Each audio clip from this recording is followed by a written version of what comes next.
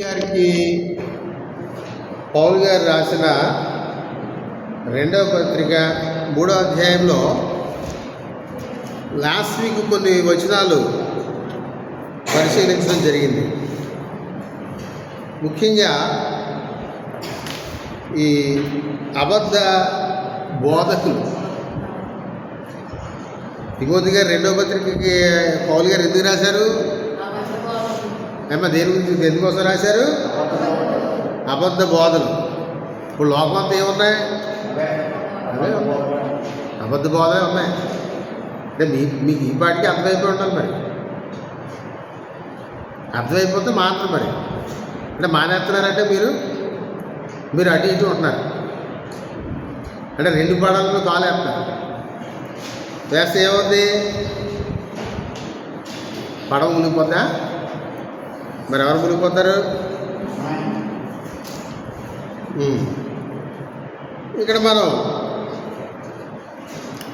అంటే last week ఒకసారి చూస్తే అంత్య దినాల్లో ఉన్నటువంటి వాళ్ళు లేదా అపాయకరమైన కాలాల్లో ఉన్నటువంటి వాళ్ళు, అంత్య దినాలు అపాయకరమైన కాలాలు ఏమనుకుంటున్నారు? ఇప్పుడు 3వ అధ్యాయం 1వ వచనం ఒకసారి చూస్తే అంత్య దినములలో చాలు. అంత్య దినములలో అపాయకరమైన కాలాలంట. ఎప్పుడు వస్తాయి అవి? అంత్య దినాలు ఎప్పుడు వస్తాయి? అపాయకరమైన కాలాలు ఎప్పుడు వస్తాయి? లాస్ట్ వీక్ చెప్పేసుకున్నాం. అందుకే మరి మీకు తెలియదు, అంటే మీరు మరి రాలేదు కదా. యేసు ప్రభు గారు వచ్చినప్పుడే అంత్య దినాలు వచ్చేసాయి భూమి మీదకి.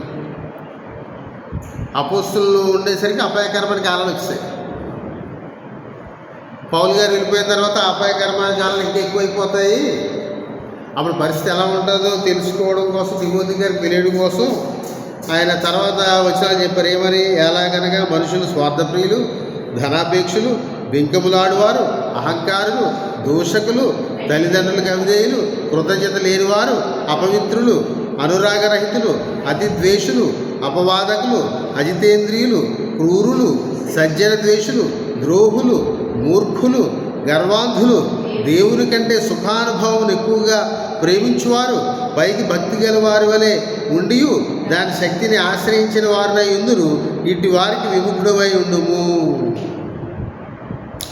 ఇప్పుడు చదివినటువంటి అన్నీ ఒకసారి జాగ్రత్తగా చదువుకొని మనకు అప్లై చేసుకుంటే ఇవన్నీ మనకు అప్లై అయిపోతాయి.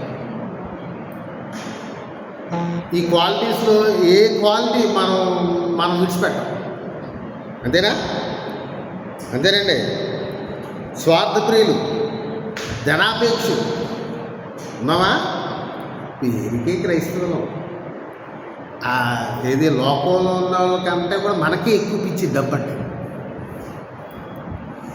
పేరు క్రైస్తవులు. అంతే కదా. ఇంకేంటి? అదండి. ఇక్కడ చూసారా? దేవుని కంటే సుఖానుభవం ఎక్కువగా ప్రేమించేవారు. మీరు లాస్ట్ వీక్ రాలేదంటే దేవుని కంటే సుఖానుభవాన్ని ఎక్కువగా ప్రేమించేవాళ్ళు మీరు. అందుకే రాదు. ఏమండి? ఇంకెలాగా? పైకి భక్తి గల వారి వలె ఉండి దాని శక్తిని ఆశ్రయించిన వాళ్ళు ఎవరంటే మనమే. పైకి ఎలా కనపడతాం? భక్తి గల వాళ్ళ కనపడతాం. కానీ అందుకే ఆ భక్తి అంటే ఏంటి, దానికి అసలు శక్తి అంటే ఒకటి ఉందనే విషయం మనకి తెలియదు. ఎందుకని? మనకి అసలు భక్తి అంటేనే ఏంటో తెలియదు అసలు నిజానికి. అర్థమవుతుందా? ఇటు వారికి విముఖుడమై ఉండమంటున్నారు. చూసారా? మన పితరులు ఆనాడే ఉన్నారు, 2000 సంవత్సరాల క్రితమే ఉన్నారు పౌలు గారి కాలంలో. కాకపోతే తిమోతి గారు అలాంటి వ్యక్తి కాదు. అంటే తిమోతి గారు మనలాంటి వ్యక్తి కాదు ఆయన. అందుకే పౌలు గారు తిమోతి గారికి ఏమంటున్నారు? ఇట్టి వారికి విముఖుడమై ఉండు. అంటే అర్థం ఏంటనుకున్నారు? వాళ్ళకి దూరంగా ఉండండి, వాళ్ళని దూరం పెట్టి. ఇట్టి వారికి ఎలా ఉండాలంట? దూరంగా ఉండు, విముఖుడమై ఉండుము. ఎందుకని? పాపభరితులై నానా విధములైన దురాశల వల్ల నడిపబడి ఎల్లప్పుడూ నేర్చుకున్నను సత్య విషయమైన అనుభవజ్ఞానం ఎప్పుడునూ పొందలేని అవివేక స్త్రీల యొక్క ఇళ్లలోకి వచ్చి వారిని చెరపట్టుకుని పోవారు వీరిలో చేరిన వారు. చూసారు ఎలా ఉన్నారా? ఇది జాగ్రత్తగా అర్థం చేసుకోవాలి. ఏంటంట, పాపభరితులై నానా విధములైన దురాశల వల్ల నడిపింపబడి ఎల్లప్పుడూ నేర్చుకొనిచున్నాను. సత్య విషయమైన అనుభవ జ్ఞానము ఎప్పుడునూ పొందలేని అవివేక స్త్రీలు. అర్థమవుతుంది మా చదివేది? వింటున్నారా జాగ్రత్తగా? పాపభరితులై నానా విధములైన దురాశలు నడిపింపబడుతున్నారంటే ఎవరు నడిపింపబడుతున్నారు చెప్పండి. అక్కడ ఇప్పుడు చదువుతున్న వచ్చినాన్ని బట్టి మీరు జాగ్రత్తగా ఎవరు నడిపింపబడుతున్నారు చెప్పండి. అక్కడ నాకు ఆన్సర్ చెప్పాలి. ఎవరు నడిపింపబడుతున్నారు అక్కడ చెప్పాలి త్వరగా. అది అంటే మీరేం చేస్తున్నారంటే మీరేం చదవట్లేదు, ఇంటి దగ్గర చదవట్లేదు, కొన్ని ఇక్కడ రావట్లేదు, ఇంటి దగ్గర చదువుతున్నారంటే చదవదు. ఎందుకని? మనకు అవసరం లేదు. పాపభరితులై నానా విధమైన దురాశల వల్ల నడిపింపబడి ఎల్లప్పుడూ నేర్చుకొనిచున్నాను. సత్య విషయమైన అనుభవ జ్ఞానం ఎప్పుడూ పొందలేని అవివేక స్త్రీలు. ఆల్రెడీ అక్కడ నేను చదివాను. ఇప్పుడు ఎందుకు వాళ్ళు ఎవరాలో ఏమా అవివేక స్త్రీలు అంటే ఇక్కడ మనకి తెలుగులో అవివేక స్త్రీలు అన్నాడు. యాక్చువల్ ఇంగ్లీష్లో వీక్ విమెన్ అన్నాడు. నెక్స్ట్ లేకపోతే గల్లిబుల్ విమెన్ అన్నాడు. అంటే యాక్చువల్గా మెయిన్గా వాళ్ళు ఎవరంటే యంగ్ విమెన్ అనమాట. అంటే యవనస్తురాలైన స్త్రీలు. వాళ్ళు ఎలా ఉంటారంట, ఇంకా గట్టిగా మాట్లాడాలంటే యవనస్తురాలైన విధవరాలైన స్త్రీలు. ఎలా వాళ్ళు పాపభరితులై. వాళ్ళు ఎలాంటి వాళ్ళు నిజంగా ఎంతకీ పాపాన్ని భరిస్తున్న వాళ్ళు నిజంగా ఎంతకీ అంటే పాపాలు చేస్తున్న వాళ్ళు ఇంకా ఎలా ఉన్నారంట, నానా విధములైన దురాశల వల్ల నడిపింపబడి. పైకి ఏదో శుక్రవారం ఏదో ఉపవాసం ప్రాంతాన్ని పరిగెత్తుకొచ్చేస్తారు, ఆదివారం అంటే పరిగెత్తుకొచ్చేస్తారు. పక్కోడు ఆశ్చర్యపోతారన్నమాట. బాబు ఏంటి ఇలా ఎంతలో ఉంది, మోకాళ్ళు వేసింది, అలా వేసింది, ఈ దుఃఖాలు వచ్చేది, బుడబుడ దుఃఖాలు వచ్చేస్తాయి. ఏంటి ఎందుకు వీళ్ళు ఎవరిళ్ళు నానా విధములైన దురాశల వల్ల నడిపింపబడి. ఆ సమయాన్ని ఆ యాక్షన్ అదంతా ఆ ప్లేస్లో. ఇంకెలాగంటే ఎల్లప్పుడూ నేర్చుకుంటున్నాను. ఏదో వాళ్ళు ఎదురుకుండా నిలబడ్డ వాళ్ళు వాళ్ళు ఏం చెప్తారు, వాళ్ళు ఈవిడ ఏం లేదు అంటారు. ఇంకెలా అనుకుంటారు, నేర్చుకుంటున్నట్టుగా ఫీల్ అవుతారు. కానీ విషయం ఏంటి, సత్య విషయమైన అనుభవ జ్ఞానము ఎప్పుడూ పొందలేదు. అంటే సత్య విషయమైన అనుభవ జ్ఞానం అంటే వాక్య విషయమైన అనుభవ జ్ఞానం అంట ఎప్పుడూ రాదంటే ఎంతకే విషయం. ఇక్కడ విషయం అదే. ఇక్కడ మనకు అది గుర్తుపెట్టుకోవాల్సింది. ఇప్పుడు చాలామంది సోకాళ్ళు ఏమంటారు, నేను ఎన్ని సంవత్సరాల నుంచి దేవాలయం గుడికి వెళ్తాను, చర్చికి వెళ్తున్నాను, నేను చాలా సీనియర్, ఏమంటే నేను బ్యాప్టిజం తీసుకుని నాకు 20 ఏళ్ళ సర్వీస్ ఉంది, 30 ఏళ్ళ సర్వీస్ ఉంది. ఏంటి విషయం పరిస్థితి ఆలోచిస్తే వాళ్ళకి ఏం లేదంట. సత్య విషయమైన అనుభవ జ్ఞానము ఎప్పుడూ పొందలేదు. ఇప్పుడు మనం ఏదైనా ఉద్యోగం చేస్తున్నాం అనుకోండి, ఎక్కడైనా పనిలోకి వెళ్తున్నాం అనుకోండి, ఏముంటుంది మనకి అందులో మనకి అనుభవం వస్తుందా? కానీ వీళ్ళు రోజు అదే మీ భాషలో శుక్రవారం ఉంటారు, లేదా బుధవారం లేదా ఆదివారం వస్తారు. కానీ వీళ్ళకి ఏముండదంట, అందులో అనుభవ జ్ఞానం ఉండదంట. ఏమంటే సత్య విషయమైన అనుభవ జ్ఞానము ఎప్పుడూ పొందలేదు, ఎప్పుడు రాదండి. ఇంతకీ విషయం సత్య విషయమైన అనుభవ జ్ఞానం ఎప్పుడు వస్తుందంటే, ఎప్పుడైనా వస్తుంది అంటారా? ఇక్కడ ఎప్పటికీ రాదంటున్నారు. అదేనా? తీతు గారికి రాసిన పత్రిక 3వ అధ్యాయం 3వ వచనం చూడండి.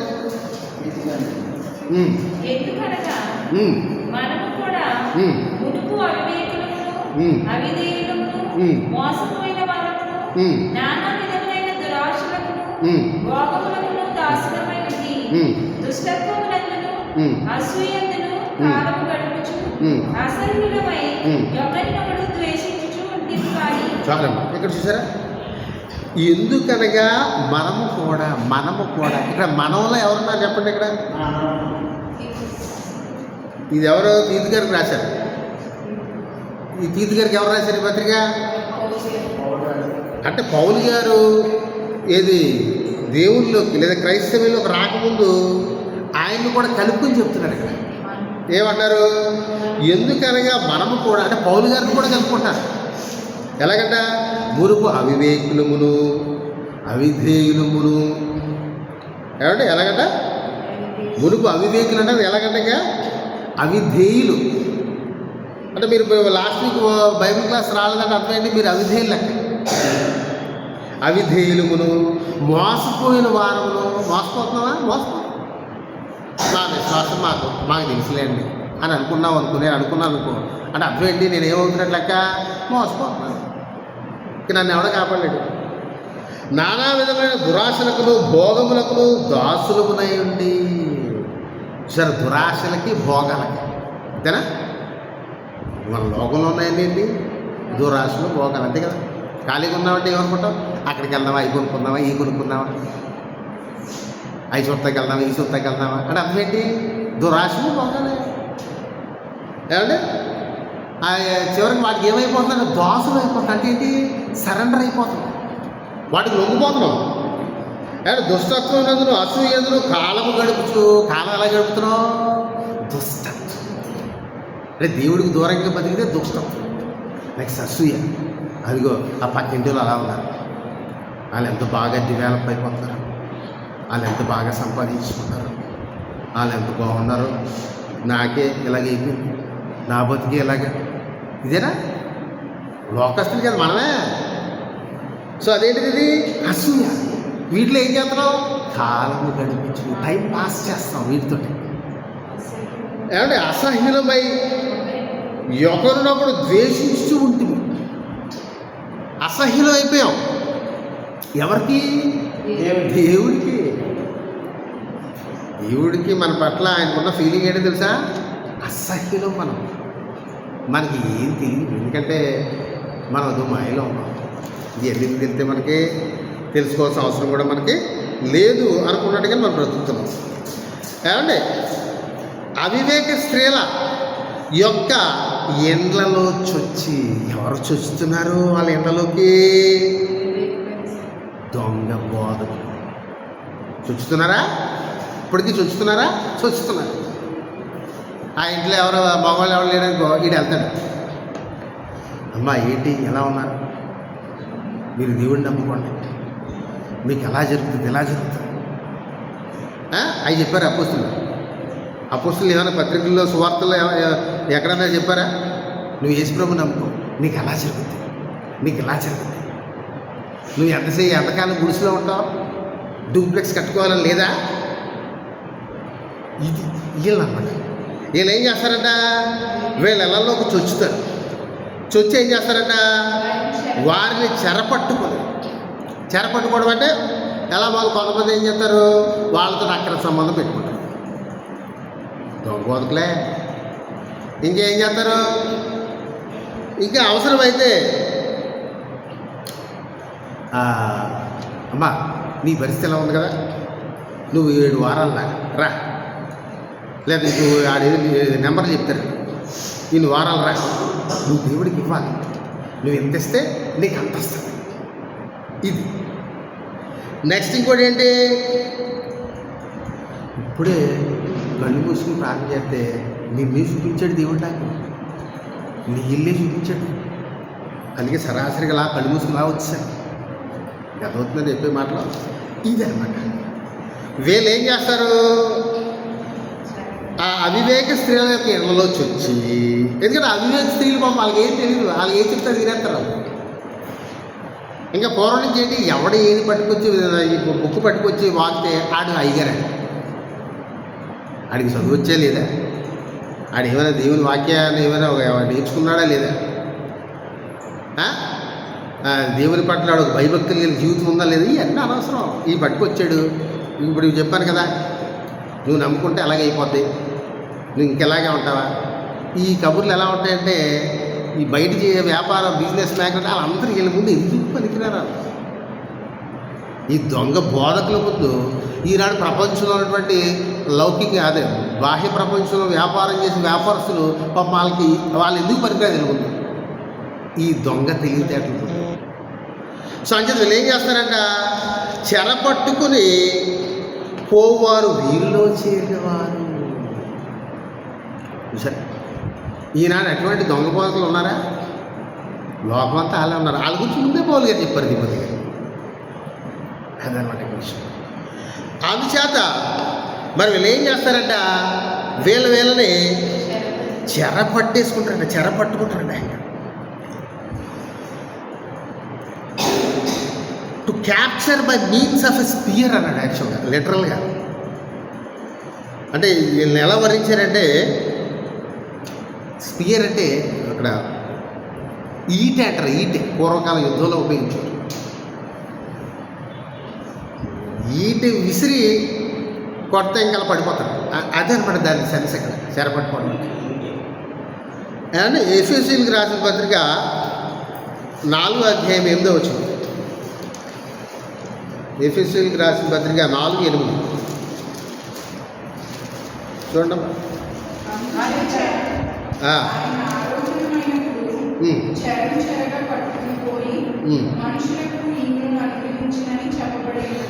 అంటే చెర అనే పదం గురించి ఈ రెఫరెన్స్ చదివించాను. ఇక్కడ ఈ సందర్భం మీరు చెర అనే పదం గురించి నేను మీకు రెఫరెన్స్ చదివించాను అనమాట.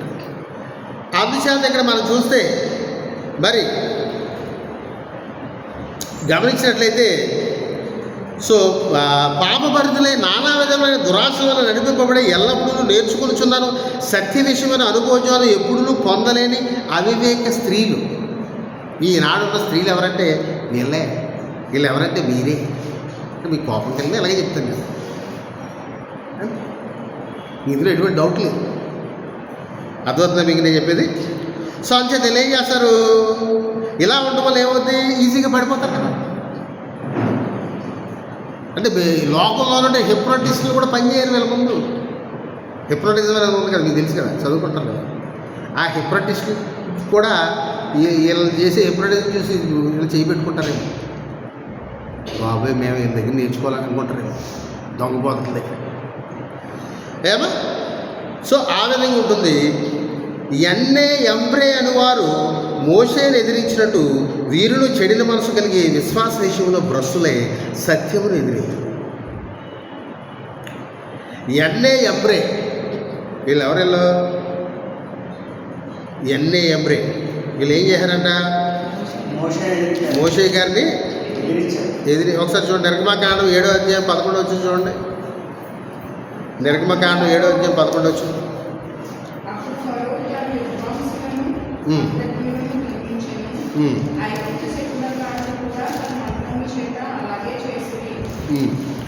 పదకొండు వచ్చి చదివారా?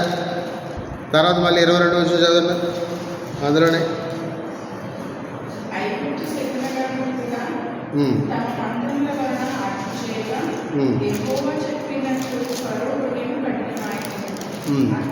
తర్వాత 8వ అధ్యాయము 7వ వచనం.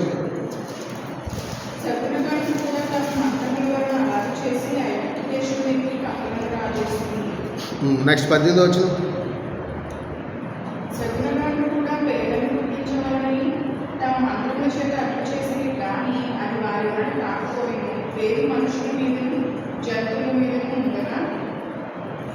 చూసారా ఇక్కడ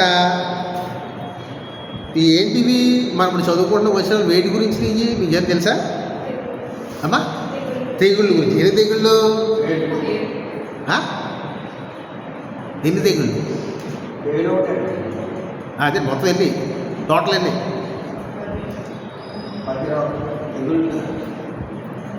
చూసుకోండి మరి మీ పరిస్థితి ఎలా ఉందో ఒకసారి మీరు గమనించుకోండి ఏమా. మొత్తం 10 తెగుళ్ళు.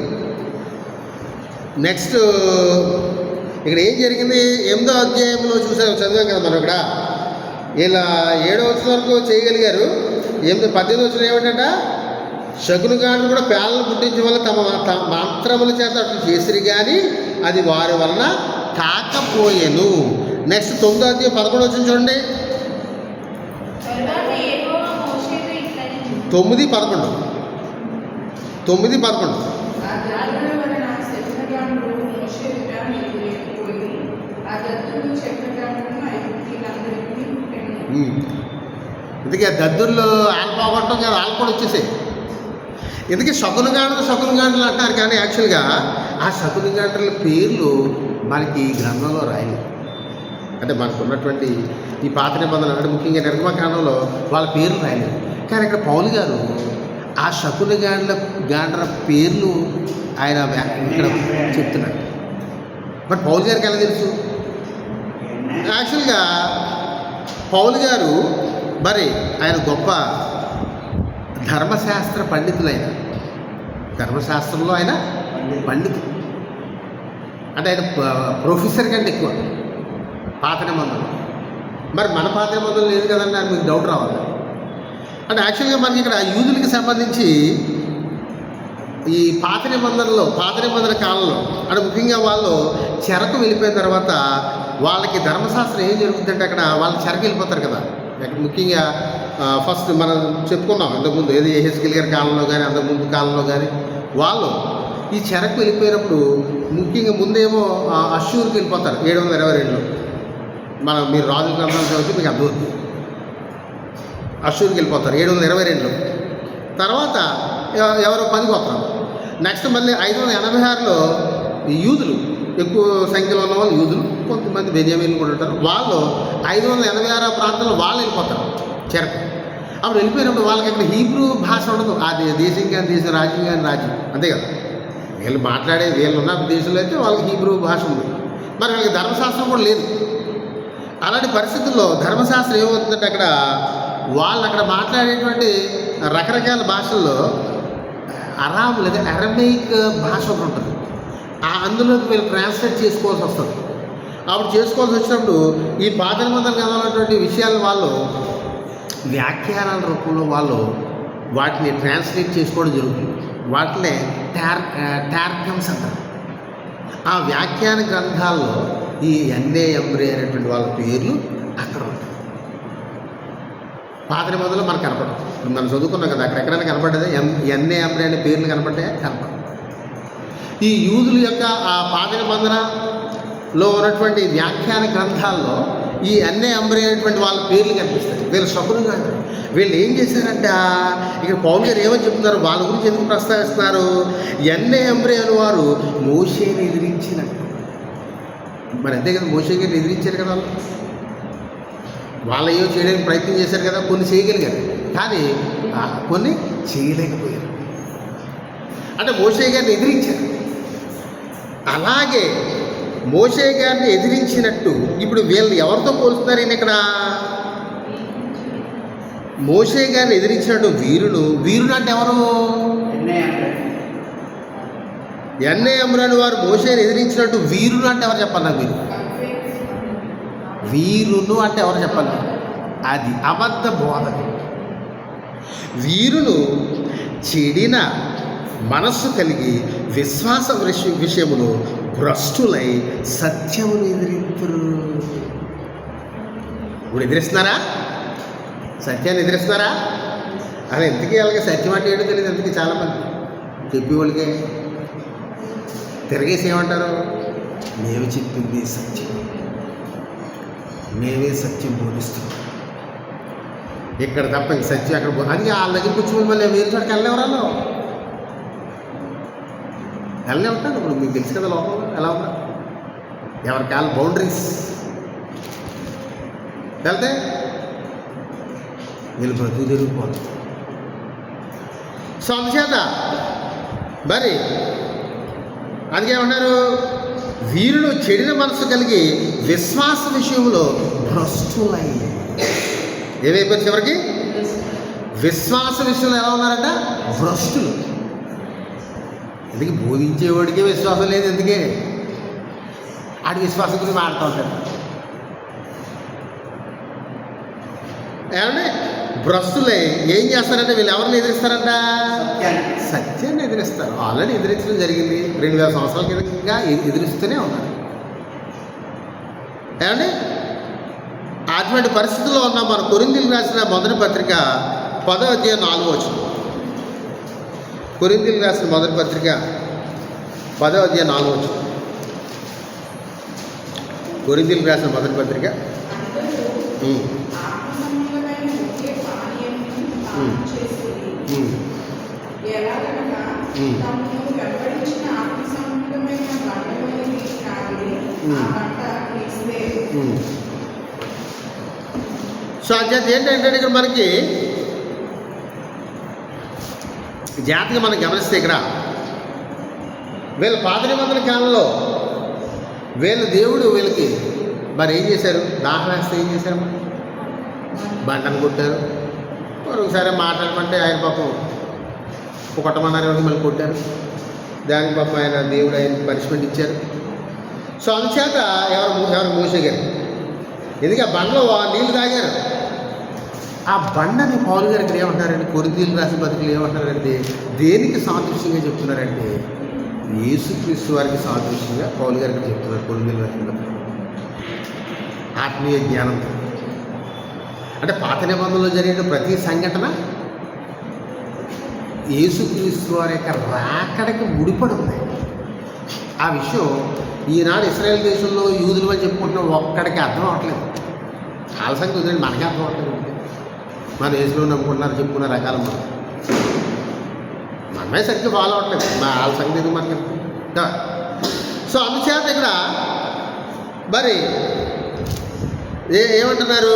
ఎన్నే అంబ్రేలు వారు మోషేను ఎదిరించాడు. వీరులు చెడిన మనసు కలిగి విశ్వాస విషయంలో భ్రష్టులై సత్యములు ఎదిరించు. ఆల్రెడీ ఎదిరిస్తున్నాం, ఎదిరించబోతాం. భ్రష్టులు అయిపోయాం కాబట్టి అలా ఏమండి. ఆయనను వారి అవివేకం ఎలాగూ తేటపడను అలాగే వీరిది కూడా అందరికీ తేటపడను గనుక వీరు ఇక ముందుకు సాగరు. చూసారా, వారి అవివేకం తేటపడిపోయింది కదా. పేలు విషయంలో ట్రై చేశారు, అయిందా? కోతవాళ్ళు దద్దుల విషయంలో ట్రై చేశారు, అయిందా? కోర్స్ ఈవెన్ ఆ ముందు కూడా చేయగలిగారంటే దేవుడు అలౌ చేశారు. అందుకే వాళ్ళని మనమేదో గొప్ప బిల్డప్ జ్ఞానం ఆలోచించడం కాదు. మీరు ఇక్కడ వాళ్ళు అంత ముందు చేశారు కదండి అంటే ఏంటి చేశారు? ఎవరు చేయడానికి ఎవరు అలౌ చేశారు? దేవుడే. వాళ్ళ జ్ఞానం కాదు. యోబు గారిని శోధిస్తే సాతాను ఎలా వచ్చేసింది? దానికి వాడికి ఆడే వచ్చాడా యోబు గారి దగ్గరికి? ఎవరు పర్మిషన్ ఇచ్చారు? దేవుడు ఇచ్చారు. సో అంచేత ఏంటంటే ఇక్కడ మనకి అయినను వారి అవివేకమేలాగు తేటపడింది కదా వాళ్ళది, పేలు విషయంలో, దద్దుల విషయంలో. అలాగే వీరిది కూడా అంటే ఎవరిది? బోధ, మన చుట్టూ ఉన్న బోధ. కనుక ఏమవుతుందంటే పరిస్థితి అండ్ వీరిక ముందుకు సాగరు.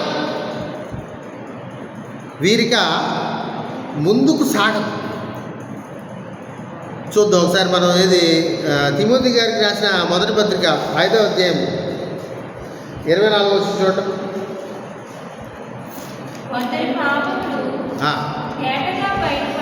అది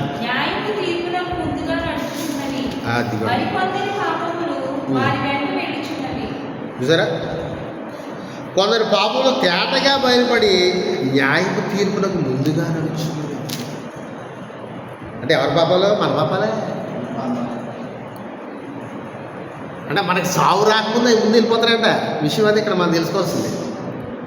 ఏమండి, మరి కొందరు పాపాలు ఎలాగంట మనకు కూడా వచ్చేస్తాయంట. మనం విడిచిపెట్టు. మనం ఎలా ఉంటాం? సత్యం వరకు మనకి ఏంటి తెలియదు. బాగానే ఉంటున్నాం కదా, ఎవరికి ఇచ్చాడు? ఏమండి, అందుచేత మరి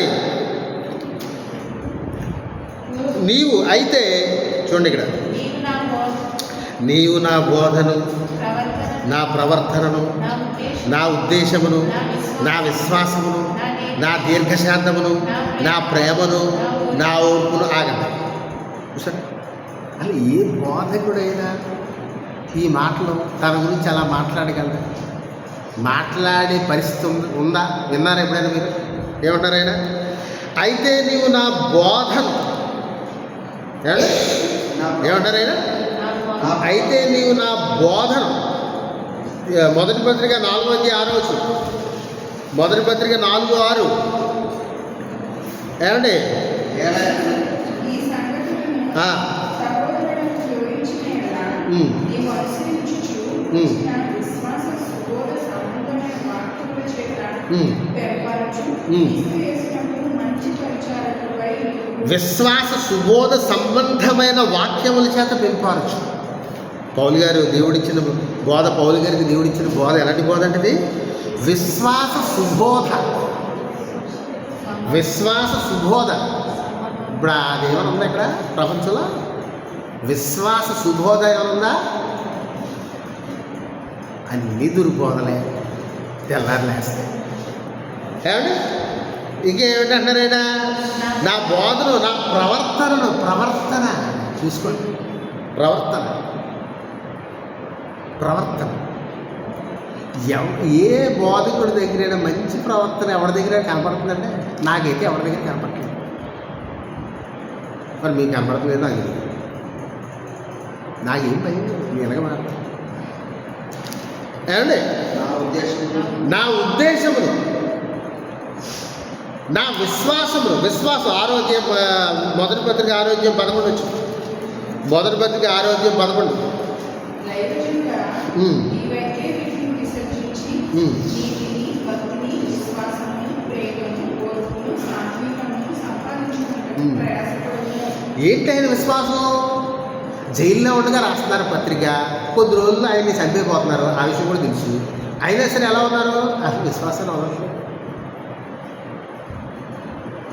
కొంచెం చచ్చిపోతే ఏమైంది, మళ్ళీ ఆయన దేవుడి దగ్గరికి వెళ్ళిపోతారు కదా. ఇది ఎప్పుడైనా మనకు ఉంటుందా? ఇలా అసలు మనం ఆ స్టేజ్కి వెళ్ళగలమా? మనం ఆ స్టేజ్కి వెళ్ళగలమంటారా? చావు వచ్చేస్తుందంటే ఎక్కడ లేని భయం మనకి. చావు అంటే ఎక్కడ లేని భయం ఎవరికి? మనకే, లోకలికి. ఏమండి? అందుచేత మరి ఇంకేమంటారైనా? నా దీర్ఘశాంతమును. దీర్ఘశాంతం అంట. ఎంత దీర్ఘశాంతం ఉందా ఆయన అసలు? ఏమంటే పౌలు గారికి ఉన్నటువంటి దీర్ఘశాంతం అసలు ఎవరికైనా ఉందా? నాకు తెలిసి అసలు ఎవరికి లేదు, ఉండబోకూడదు నేను అని అంటున్నాను. మరి పౌలు గారికి ఉన్న దీర్ఘశాంతం ఎవరికి లేదు, ఉండబోదు ఏ బోధకు. ఏమంటే దీర్ఘశాంతం. ఇంకేమంటారైనా? నా ప్రేమ. మరి ఎంత ప్రేమ లేకపోతే ఆయనకి ఎన్ని ప్రాంతాలు తిరిగాడు, ఎన్ని కష్టాలు, శ్రమలు, దెబ్బలు తినేడు, లేచిపోవడం, మళ్ళీ ఇంకో తీసుకెళ్ళిపోవడం. అంతేగాని భయపడిపోయి పారిపోవడం కాదు. భయపడిపోయి పారిపోవడం కాదు. మనకే బయటికి వెళ్తే క్రైస్తులని చెప్పుకోవడానికి ఒళ్ళంతా భయమే మనకి. ఇది క్రైస్తులని చెప్పుకోవడానికి ఊడుకొచ్చేస్తాం. ఏమండి? ఇంకేంటి? నా దీర్ఘశాంతం, నా ప్రేమను, నా ఓర్పు. ఏమంటే అంతియోకియా, ఇకోనియా, లుస్త్రా అని పట్టణములలో అంటే యాక్చువల్గా మనకి మీరు ఇంటికి వెళ్ళి ఒకవేళ మీరు బైబిల్లో తెరిచి మీరు సమాధులైతే మీరు క్రైస్తవులు అయితే అపోస్తలుల కార్యం 13-14 మీరు ఇంటికి వెళ్తారు చదివితే ఇక్కడ అంతియోకియా, ఇకోనియా, లుస్త్రా ఈ ప్రాంతాల్లో జరిగినటువంటి సేవ, ఆ ప్రాంతాలకు చెందినటువంటి వ్యక్తి తిమోతి గారు. అంటే ఆ ప్రాంతాలకు చెందినటువంటి వ్యక్తి తిమోతి గారు. ఆ ప్రాంతాల్లోనంట ఏంటంట, నాకు కలిగినట్టు హింసలను, ఉపద్రవములను ఆయన ఏం కలిగాడ? ఏం కలిగాడండి ఆయనకి? హింసలు, ఉపద్రవాలు కలిగాయి ఆయనకి. పౌలు గారు కలిగా? అలా మామూలు హింసలు కాదు. అవునా కదా? హింసలు, ఉపద్రవములను తెలిసి కొనిన వాడవై. చూసారా? తెలిసి కొనిన వాడవై. ఈ రోజుల్లో ఎవరికైనా ఇప్పుడు చూడండి, బాగు చేస్తున్నాం, సో ఏదో సేవ చేసే వాళ్ళకి ఏదైనా కష్టాలు వస్తున్నాయి అనుకోండి, ఆడు కూడా ఉన్న వాళ్ళు ఆడి దగ్గర ఉంటారా? పరా బాబు ఏంటి ఇలా ఏం రావట్లేదు, ఎన్ని కష్టాలు ఇస్తాను బాబు, ఇది సరిగ్గా ఉండలేదు అనుకుంటా, ఇక నాకేమవుతుంది ఇక్కడ కేసు ఏంటిది ఇక్కడ? ఇవన్నీ తెలుసుకునంట, తెలుసుకున్న వాడవ ఏం చేశారంట? నన్ను వెంబడించితివి. తిమోతి గారు ఎలాంటి వ్యక్తి చూసారా? తిమోతి గారు ఎలాంటి మనిషి చూసారా? కష్టాలు శ్రమలు అన్నీ తెలుసుకుని ఏం చేశారంట ఆయన? వెంబడించితివి, అట్టి హింసలను సహించితివి కానీ వాటన్నిటిలో నుండి ప్రభువు నన్ను తప్పించెను. చూసుకోండి, అది అదే అనమాట. వాటన్నిటిని దేని కోసం వస్తే ఈరోజు కూర లేదు, అన్నం లేదు, దేవుడు నాకు అన్నం రప్పించాడు, ఇది కాదురా హింసలంటే. ఏదో రెండు కృపడి వెళ్ళిపోతుంది, ఈ చెత్త మాటలు కాదు. నువ్వు దేవుడి కోసం హింస ఏదైనా పడితే అప్పుడు వాటిని తట్టుకోనంటే అది హింస. అది చేశారు ఇక్కడ. ఏమన్నారు? ఏమండి? వాటన్నిటిలో నుండి ప్రభువులను తప్పించరు. మరి ఇప్పుడు కొద్ది రోజుల్లో మమ్మల్ని చంపేయబోతున్నారు, తప్పించరా? తప్పించరు. తప్పించకపోయిన పర్లేదు. ఇది విశ్వాసం. అంతే కదా మరి. ఆల్రెడీ జరిగిపోయిన వాటి గురించి మాట్లాడుతున్నారు. మరి ఇప్పుడు భయంకరమైనది జరగబోతుంది, కొద్ది రోజులు చంపైపోతున్నారు. మరి ఏంటిది? ఏమంటున్నారు ఇక్కడ? ఏమండి? వాటన్నిటిలోని ప్రభువులను తప్పించను అని చెప్తూ ఒక అద్భుతమైన మాట ఇప్పుడు మాట్లాడుతున్నారు. ఏంటది? చదవడం.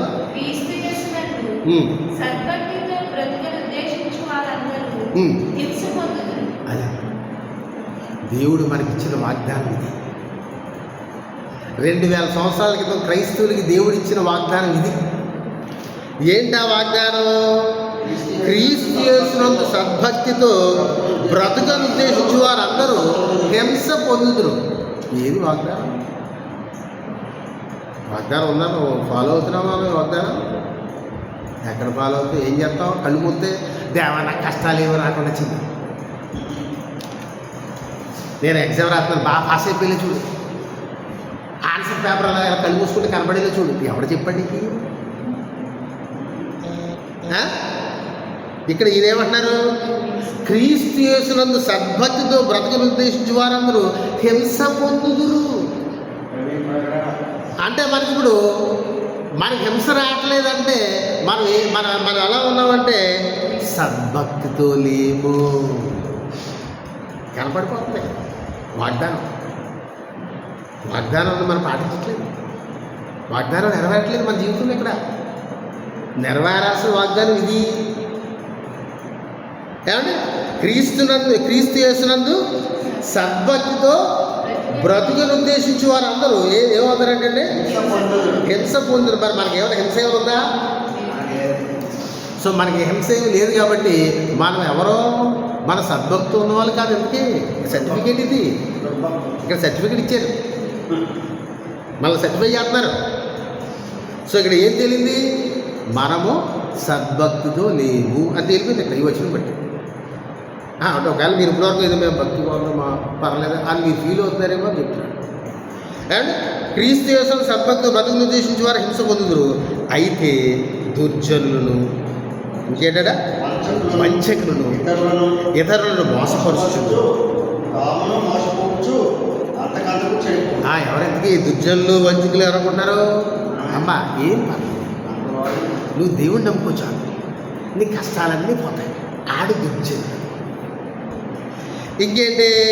అమ్మా నీకు ఇబ్బందిగా ఉందా, నీకు ఒంట్లో బాగోలేదా, అయితే నేను నీకు ప్రార్థన చేస్తాను, నీకు మొత్తం సెట్ అయిపోద్ది. ఆడెవడు? వంచకుడు. ఏంటంటే అయితే దుర్జనులు ఒంట్లో ఇప్పుడు బాగాలేదు, ట్యాబ్లెట్ వేసుకుంటే తగ్గిపోద్ది, మళ్ళీ ఒంట్లో బాగుంది కదా, అనే కదా. అయితే దుర్జనులను ఈ శరీరాన్ని ఎవరిచ్చారు? దేవుడే ఇచ్చారు. యేసుక్రీస్తు ఒక సందర్భంలో ఈ శరీరం గురించి ఏమన్నారు? శరీరము కేవలము నిష్ప్రయోజనము అన్నారు. అన్నారు లేదు. నెక్స్ట్ ఇంకేంటి? ఈ శరీరం ఎలాంటిది? ఇది పాప భూయిష్టమైంది, ఇది పాప స్వభావం కలిగిన శరీరం. సో పాప స్వభావం కలిగిన శరీరము అస్వస్థతకు లోనవుతుంది, ఆరోగ్యం అవుతుంది, అనారోగ్యం అవుతుంది, ఇన్ని మామూలే. కానీ వీళ్ళు ఏమంటారంట, అలా మీకంతా మంచి జరుగుతుంది. ఇంకేంటి అయ్యారంటే నాకు ఈ మధ్య కష్టాలు ఎక్కువ ఉంటుందంటే నువ్వు సరిగ్గా ఉండలేదమ్మా, అందుకే నీకు కష్టాలు ఎక్కువ అవుతాయి. నువ్వు సరిగ్గా దేవుడిని ఉంటావు, అందుకే నీకు కష్టాలు ఎక్కువ అవుతుంది. వీడు వంచకుడు. ఏమండి, అయితే దుర్జనులు వంచకులను ఇతరులను మోసపరచు. ఇంతకీ వాళ్ళు ఏం చేస్తారు, ఇతరులు మోసపడుతున్నాడు. ఇంతకీ వాళ్ళు కూడా మోసపోతారు. ఇంతకీ ఏమంటే తామును మోసపోవచ్చు, అంతకంతకు చెడిపోవద్దురు. కానీ మనం ఏమనుకుంటాం, అంతకంతకు దేవుడు మమ్మల్ని ఏదో కాపాడుతాడండి. మరి నువ్వు అంతకంతకు చెడిపోతున్నారో బాబు. నువ్వు ఒక మహిళ ఉన్నావు, నీకు అర్థం అవట్లేదు. ఏమండి, క్రీస్తు యేసునందు ఉంచవలసిన విశ్వాసం ద్వారా రక్షణార్థమైన జ్ఞానము నీకు కలిగించుటకు శక్తిగల పరిశుద్ధ లేఖనములను ఆయన ఎప్పుడు చెబుతారండి, ఆ బాల్యము నుంచి. నీవంటే ఎవరు ఇక్కడ, నీవంటే ఎవరండి, తిమోతి గారు. తిమోతి గారు అని పిలవండి. ఈ తిమోతి సింగులర్ ఏంటి, మన పాపాత్ములం,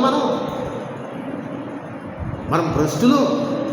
బైబిల్ ఉన్న భక్తుల్ని చాలా గౌరవంగా పిలవాలి. ఎందుకంటే మనకి ఏంటో మనకి ఏంటో మనకే తెలియదు, అందుకే అలా అలవాటు. ఏమండి, ఆయన ఏమన్నారు, ఆయన క్రీస్తు యేసునందు ఉంచవలసిన విశ్వాసం ద్వారా రక్షణార్థమైన జ్ఞానము నీకు కలిగించుటకు శక్తిగల పరిశుద్ధ లేఖనములను బాల్యము నుండి. ఎప్పటి నుంచి అంటే బాల్యం నుండి. ఒకసారి మనం చూద్దాం, తిమోతి గారికి రాసిన 2వ పత్రిక 1వ అధ్యాయం 5వ వచనం చూడండి. 1:5 చదవాలమ్మా. ఓ పని చేయండి, ఎక్కడ చదువుతారంటే ఆ విశ్వాసం దగ్గర చదవండి. ఆ విశ్వాసము మొదట నీ అవ్వైన లోయలోను నీ తల్లి అయిన యువేకేలోను వసించెను. అది నీ యందు సహా వసించుచున్నదని నేను రూఢిగా నమ్ముచున్నాను. చాలమ్మా, ఇక్కడ చూసారా మీరు, ఇక్కడ గమనిస్తే ఇప్పుడు మనం ఉన్నాం. ఇక్కడ తిమోతి గారు అలా అవడానికి గల కారణం ఏంటి చెప్తున్నారు పౌలు గారు. ఇక్కడ ఆయన బ్రాటప్ ఎలా జరిగిందంట, ఆ విశ్వాసం ఏది, పౌలు గారు కలిగి ఉన్న విశ్వాసం ఏదైతే, నా విశ్వాసం అంట మొదట నీ అమ్మ అయిన లోయలో. అంటే తిమోతి గారి యొక్క అమ్మమ్మ గారిలో ఆ విశ్వాసం ఉందంట. ఎంతమంది గొప్ప వాళ్ళు.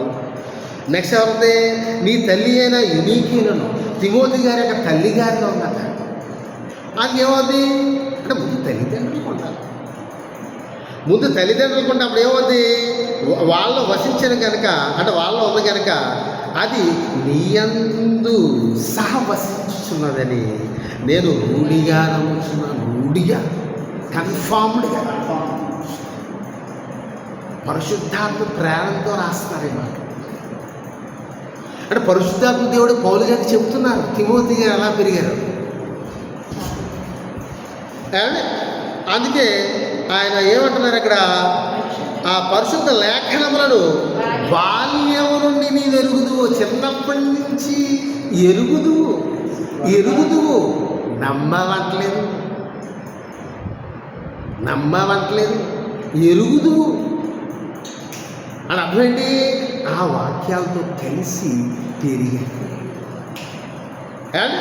మరి మనం వేటితో పెరుగుతున్నామో మనకు బాగా తెలుసు.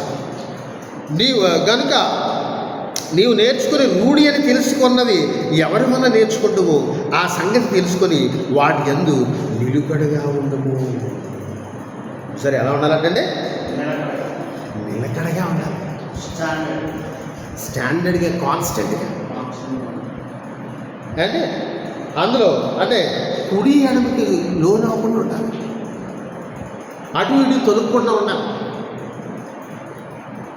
అలా ఉండమని చెప్తున్నారు తిమోతి గారికి పౌలు గారు.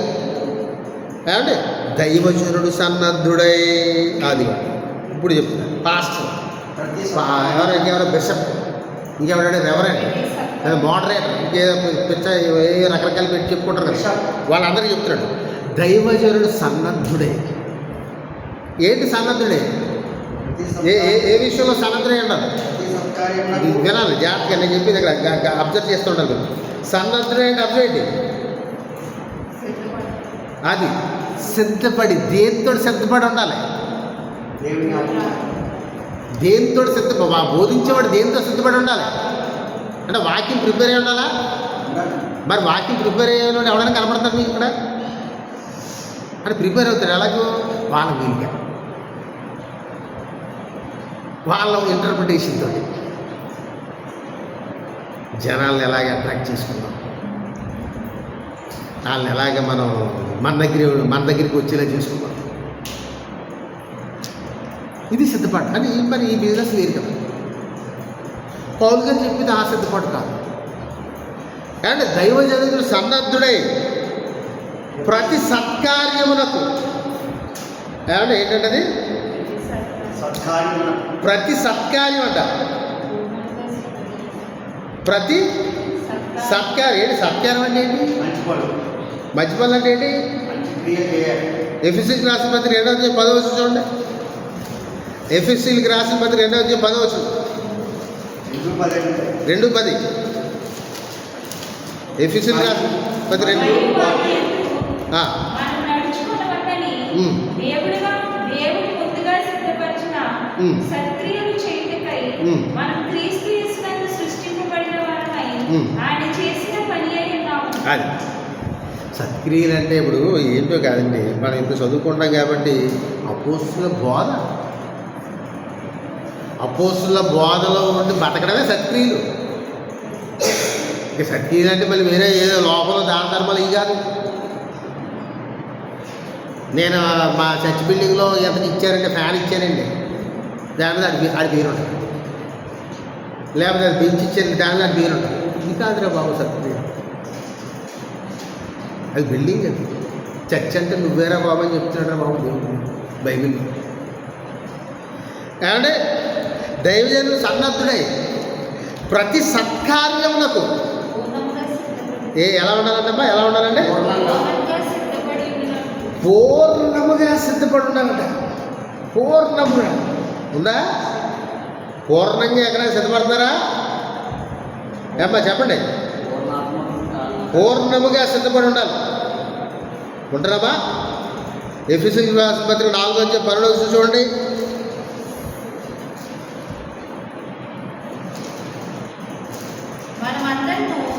విశ్వాస విషయంలోను దేవుని కుమారుని గురించిన జ్ఞానం విషయంలోను ఏకత్వం పొంది సంపూర్ణ పురుషుల వరకు, అనగా క్రీస్తునకు కలిగిన సంపూర్ణతకు సమానమైన సంపూర్ణత కలవారం వరకు ఆయన ఇలాగ నియమించెను. అంటే అర్థం అనుకున్నారు? మనమందరము విశ్వాస విషయంలో దేవుని కుమారుని గురించిన జ్ఞానం విషయంలో ఏకత్వం పొంది, అంటే అర్థమేంటి? అపోస్తుల బోధ. మీకు స్ట్రైట్గా చెప్పాలంటే అపోస్తుల బోధలో అంటే ఇప్పుడు పౌలు గారు అక్కడ ఎఫెసీయులకు రాస్తున్నారు కదా, ఏమని రాశారు? మనమందరం అంటే సంఘం ఎలాగా విశ్వాస విషయంలో దేవుని కుమారుని గురించిన జ్ఞాన విషయంలో. దేవుని కుమారుడు అంటే ఎవరంట? కుమారుడు అంటే మీరు కుమారుడు అనుకోకండి. ఆయన తండ్రి, ఈ కొడుకు, పుట్టాడు, ఈయన ఈ కాదు. ఇక్కడ దేవుని అంశ మనకు అర్థమై బాగా చెప్పండి. లేకపోతే మనిషి రూపంలో వచ్చినటువంటి దేవుడు. మీరు ఇక్కడ అర్థం చేసుకోవాల్సిన ఏంటంటే దేవుని కుమారుడు అంటే అర్థం ఏంటంటే మనుష్య రూపంలో వచ్చిన దేవుడు అని అర్థం. ఆ దేవుని కుమారుని కూర్చుని జ్ఞాన విషయంలో ఎలా ఉండాలంట? ఏకత్వం ఉంది. ఎవడకుంది ఏకత్వం? ఒకడేమో దేవుడికి అంటే దేవుని కుమారుని అంటే ఇది పెద్ద మేధావుడు. ఎందుకంటే విశ్వాసం అంటే తెలియదు మేధావులకి. ఒకడు దేవుడు అంటాడు, ఇంకోటి దేవుని కుమారుడు అంటే కాదంటాడు. ఇక మనం కొంతమంది మనం ఉన్నట్టు నాకు అవన్నీ అనవసరం అండి. మా మీరిని అన్నట్టు మనం ఉంటాం. అంతేనా? దేవుని కుమారుని కూర్చిన విశ్వాసం విషయంలో ఏమంటారు ఇక్కడ? ఏకత్వం పొంది సంపూర్ణ పురుషుల మగు వరకు. సంపూర్ణ పురుషులు అంటే అర్థం ఏంటి? విశ్వాసంలో పౌలు గారు లాగా ఇంకా అలా వెళ్ళిపోవడమే ఫైనల్ స్టేజ్.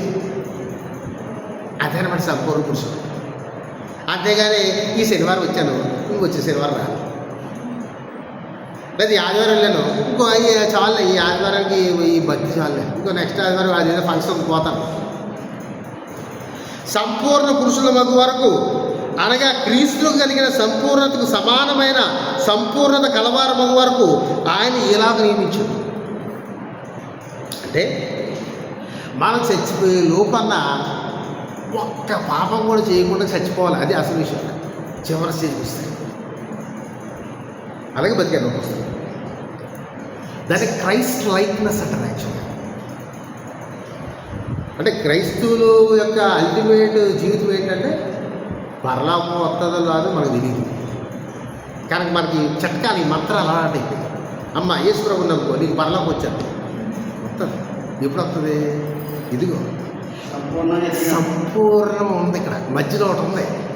ఇది వదిలేసావు నువ్వు, ఇది వదిలేసి బాప్తిజం తీసుకున్నాను పరలోకి వచ్చేద్దే సీట్ రిజర్వ్ చేసాడు, ఈ గోళ ఏర్పడుతుంది లోకం అంతా. ఈ మధ్యలో ఎటో పోయింది, ఏది సంపూర్ణం క్రైస్ట్ లైక్ క్రీస్తు వలె క్రీస్తుని పోలే అలా అన్ని పౌలు గారు ఏమన్నారు, నేను క్రీస్తుని పోలే జీవించినట్టు మీరు నన్ను పోలి జీవించినట్టు, అది సంపూర్ణం అనమాట. అలాగా అవి ఏంటవి? అవి సత్క్రియలు. ఏమంటే సత్క్రియలు అనేది ఇవి అన్నమాట. సంపూర్ణ పురుషులు అనడం సత్క్రియలు. అంతేగా లోకం అనుకుంటున్న దాన ధర్మాల కార్యక్రమాలు చేయడం కాదు. ఏమంటే ఏది సత్కార్యములకు పూర్ణముగా సిద్ధపడి ఉండునట్లు ఏం చేయాలంటే ఇలాంటి కార్యాలు చేయడానికి ఎలా ఉండాలంట? పూర్ణంగా సిద్ధపడి ఉండాలి. ఎవడో మొట్టమొదటి ఎవడో దైవజనుడు బాగు చేసేవాడు, పాస్టర్, బిషప్, లేకపోతే మీ ఇష్టం ఇంకెవరు అవి ఏమైనా ఉన్నాయి మన చుట్టుపక్కల దగ్గర ఏమైనా కనపడుతున్నాయి? కనపడుతుంది. ఏమంటే సిద్ధపడినట్లు దైవావేశము వలన. దైవావేశం యాక్చువల్గా మనకి ఇక్కడ దైవావేశం అనే పదం తెలుగు. ఒకసారి చూద్దాం.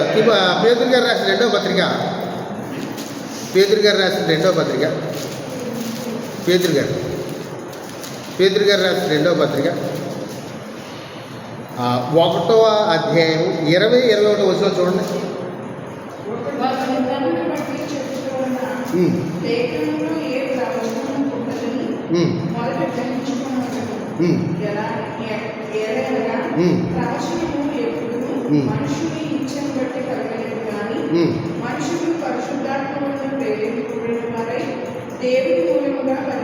అంటే ఏంటి? ఈ 66 పుస్తకాలలో ఉన్న మాటలంట ఎలా కలిగాయంట? ఏదో కథల పుస్తకంలో కూర్చుని ఒక చోట రాసిన విషయాలు కాదు ఇవి. అదొద్దా మీకు? అది దేవుని యొక్క అదే చెప్తున్నారు. పేతురు గారు ఏమంటున్నారు? ఒకడు తన ఊహను బట్టి చెప్పడం వల్ల లేఖనంలో ఏ ప్రవచనము పుట్టదని మొదట గ్రహించుకోవాలి. అంటే బైబిల్ చదివేట గొప్ప భక్తుల్లో మనం ఏం అర్థం చేసుకోవాలంటే, అమ్మో ఇందులో మాటలన్నీ కూడా దేవుని యొక్క ప్రేరేపణతో రాయబడ్డ మాటలు ఇవి. రాసింది మనలాంటి మనుషులే, కానీ ఆ మాటలన్నీ కూడా దేవుడు రాయించిన మాట అనేటువంటి ఎంతో భక్తులతోటి ఫీల్ అవుతూ మన దేవుని యొక్క వాక్యం చదవాలి ఫస్ట్. అంటే దేవుని వాక్యం చదవడానికి ముందు కూడా మనకు రెడీనెస్ ఉంటుంది, కానీ మనకు ఆ రెడీనెస్ ఉంటుందా? ఏమంటే ఏదైనా ప్రవచనం ఎప్పుడూ మనుషుని ఇచ్చని బట్టి కలగలేదు, కానీ మనుషులు పరిశుద్ధాత్మ వల్ల ప్రేరేపింపబడిన వారై దేవుని మూలముగా కలిగి పరిశుద్ధాత్మ వల్ల ప్రేరేపింపబడిన వారై దైవావేశము వల్ల. అంటే యాక్చువల్గా మనకి గాడ్ ఎక్స్హేల్డ్ అన్నాడు యాక్చువల్గా లిటరల్గా గ్రీకులోంచి. తెలుగులో ఏమన్నారు? దైవావేశం అన్నారు. నిజానికి ఏంటంటే ఒరిజినల్ సెన్స్ ఏంటంటే పేతురు గారు ఏ పదం అయితే వాడారో అదే సెన్స్ యాక్చువల్గా. ఏది? పరిశుద్ధాత్మ వల్ల ప్రేరేపించబడిన వారే, లేదా దేవుని వల్ల ప్రేరేపించబడిన వారే అనే సెన్స్. దైవావేశం ఉంది, కానీ నిజానికి దాని సెన్స్ ఏంటంటే దేవుని వల్ల ప్రేరేపింపబడిన వారే కలిగిన ప్రతిలేఖనము అంటే ప్రతిలేఖనము దైవావేశం వల్ల కలిగి. అంటే 66 పుస్తకాలలో ప్రతి మాట అని అర్థం ఇక్కడ. ఈ 66 పుస్తకాల్లో ఉన్న ప్రతి మాట ఆదికాండం మొదటి అధ్యాయం మొదటి వచనం నుంచి ప్రకటన ఉన్నటువంటి చివరి వచనం వరకు ఉన్నటువంటి ప్రతి మాట కూడా అంటే అర్థమేంటి ప్రతి లేఖనం అంటే దైవావేశం వల్ల కలిగి ఏం చేయాలంట అమ్మ అలా కొనండి ఇలా కొనండి అని బ్రతిమలాడమా ఉపదేశించుటకు ఖండించుటకును తప్పుదిద్దుటకును నీతి అందు శిక్ష చేయుటకును ప్రయోజనకరమై ఉన్నది. ఇది ప్రయోజనకరం, ఇది ప్రాఫిట్.